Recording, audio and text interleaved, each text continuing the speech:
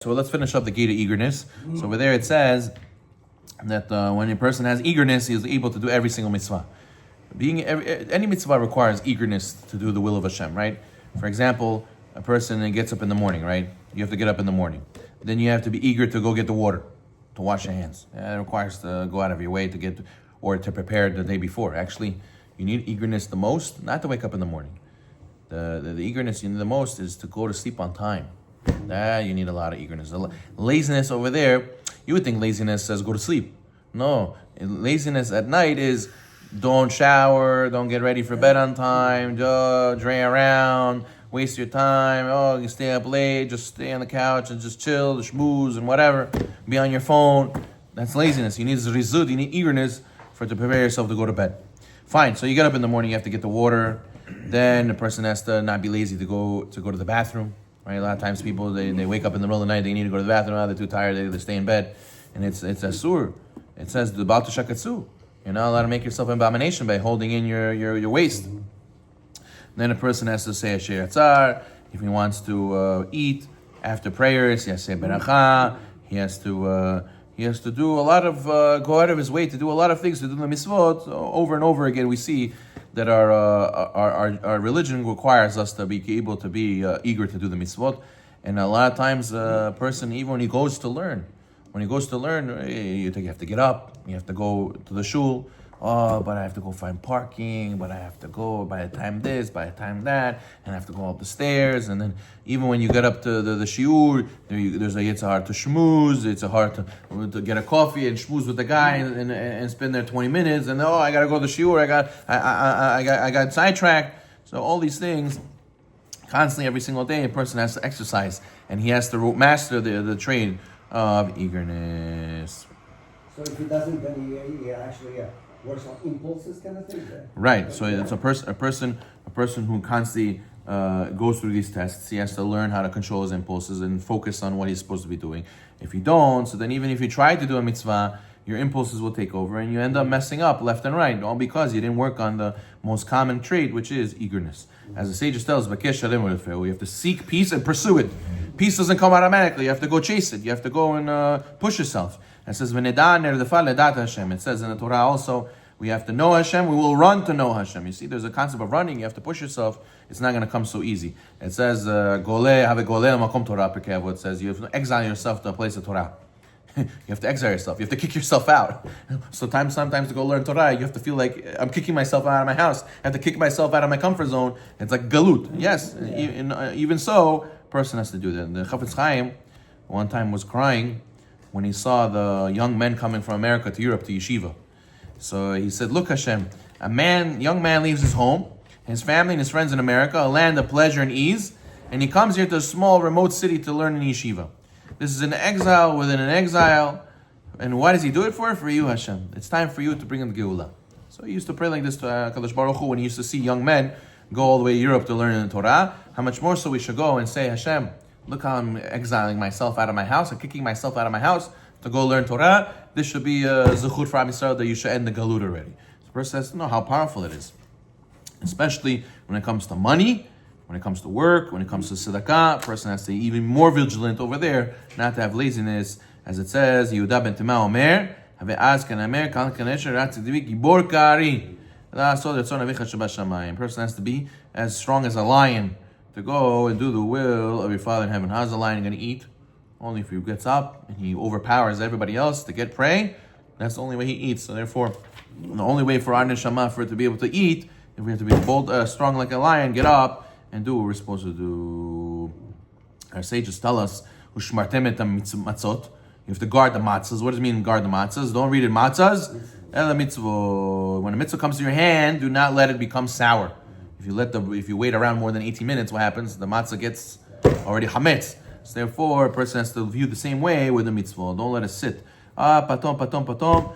Over there. Then after becomes never. Has shalom. Okay, fine. Good. We learn from Pinchas. Pinchas was zariz. In that moment, right? The halakha is you're only allowed to kill the person sleeping with a goya in that moment. You can't do it later. So Pinchas, what did he do? He saw the guy doing the avera with the goya. Pinchas saw Zimri. What did he do? He didn't say, oh, I don't know, maybe it's the right thing. No, it's the right thing. I gotta do it right away. And that's why he was zocheh to be written a whole parasha about him. Pinchas for all generations became Eliyahu Navi. So because in the right moment, certain things are only applicable in the moment. And either you did it or you didn't do it, right? So therefore, imagine a person shoots the ball in the hoop, but after the buzzer goes off. What does it help? You snooze, you lose. It has to be in the right moment, right away. You have 1 second left, you got to do it right away, or else you missed it. Make it like Michael Jordan. Yeah. Michael Yarden.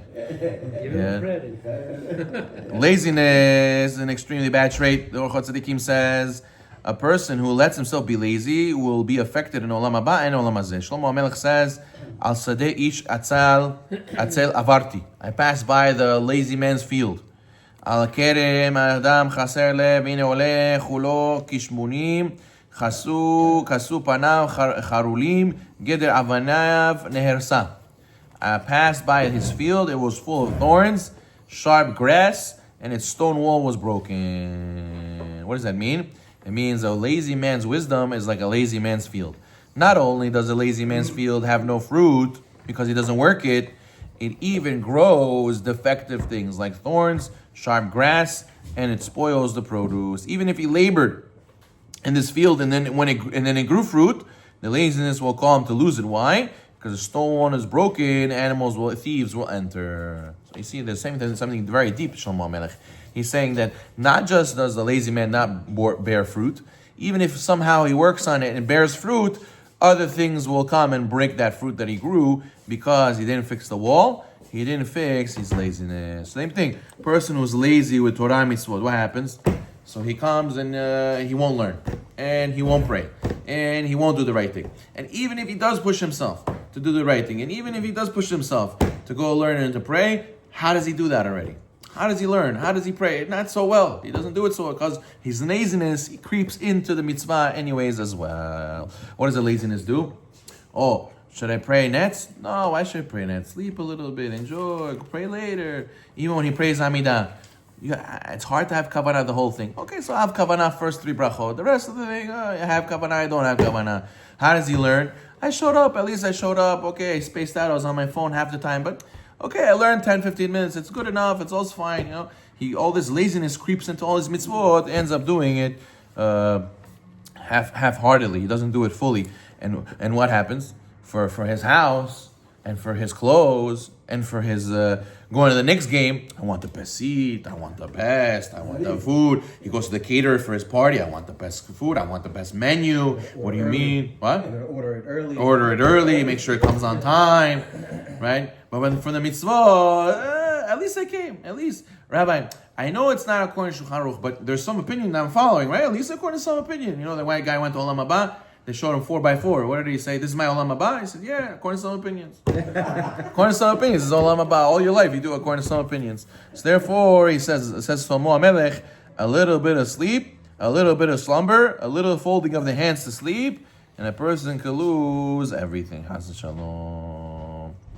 Now listen, obviously you need to rest, but rest what you need, eat what you need in order to be able to continue to do it. Lazy guy does it for the sleep. He does it for the...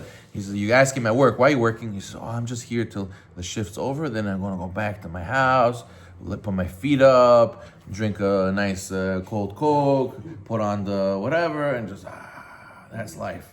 That's what a lazy guy looks for. The guy who's a hustler, who's building his life, he's a real man, what does he do? I go to sleep. While I'm sleeping, I'm waiting till the next day to come already. I want to go and accomplish more. I'm hungry. But the lazy guy says, no, opposite. I just have to work because how am I going to survive? I'm waiting to go home to do nothing. So therefore, a lazy man always justifies. He justifies and justifies. He's a master of excuses.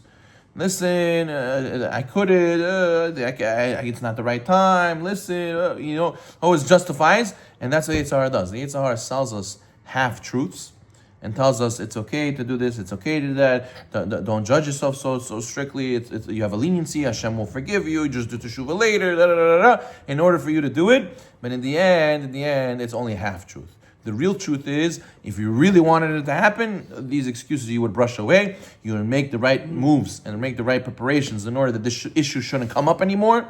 The guy says, listen, I'm exhausted. I went to sleep too late. Why are you going to sleep too late? I have this and I have that. I understand. But at the end of the day, you could get rid of this. At the end of the day, you could make it that you go to sleep on time. Oh, why didn't you wake up? Oh, I missed the alarm. I couldn't hear my alarm.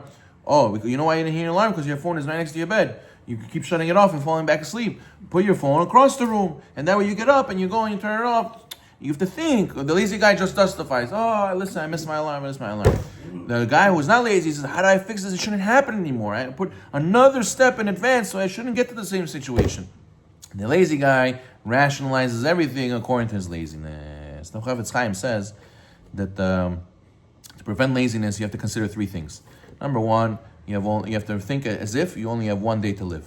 That's what the Geonim used to do. Today's my last day. Imagine Hashem came to you and told you today is your last day to live. How would you do everything you do? How would you pray? How would you learn? How would you say hi to your kids? How would you say hi to your wife? How would you go and do business? How would you go and would you hold the door open for somebody? Would you think about somebody else? How would you go and spend dinner with your family? Person has to think about as if it's the last day of my life. He's going to do it the best, so you should do that every day. Why should you do it on the last day of your life? You don't know when that is. Number two, you have to remember whenever you're learning, you have to look at it as if Hashem commanded you. This is all you're obligated to learn. Once you accomplish this, you did everything. This is Hashem came to you. Imagine He told you, if you learn this night Seder, you learn this chapter, you learn this page of Gemara, that's it. You fulfilled the biggest mitzvah in the entire world. That's all you have to focus on right now. A lot of people, they're lazy. What do they say? Oh, Daf Yomi, every day you have to learn a Gemara page. How am I going to keep up? What if I fall off? Oh, but I didn't go to the learning before nets, so there's no point in trying to go anymore. I missed it. No. That's all laziness. You have to go and focus on, right now, what I have to learn? This. That's it. That's all I know, and that's all I have to focus on. And number three, you have to realize that the entire existence of the world depends on you alone if you fulfill the Torah. What happens? Every person says, listen, if I don't pray, there's somebody else praying. If I don't do a mitzvah, there's some other tzaddik doing a mitzvah. You can't think like that. You have to think that you're the only one, and therefore you have to push yourself because the whole world, you have a few minutes to save the entire world. And if you don't, your laziness takes over. Haz Shalom. Imagine everybody thinks like that. So nobody does mitzvah. Then nobody will pray. Haz Shalom. Rather, a person has to realize it all depends on us. Baruch Na'olam.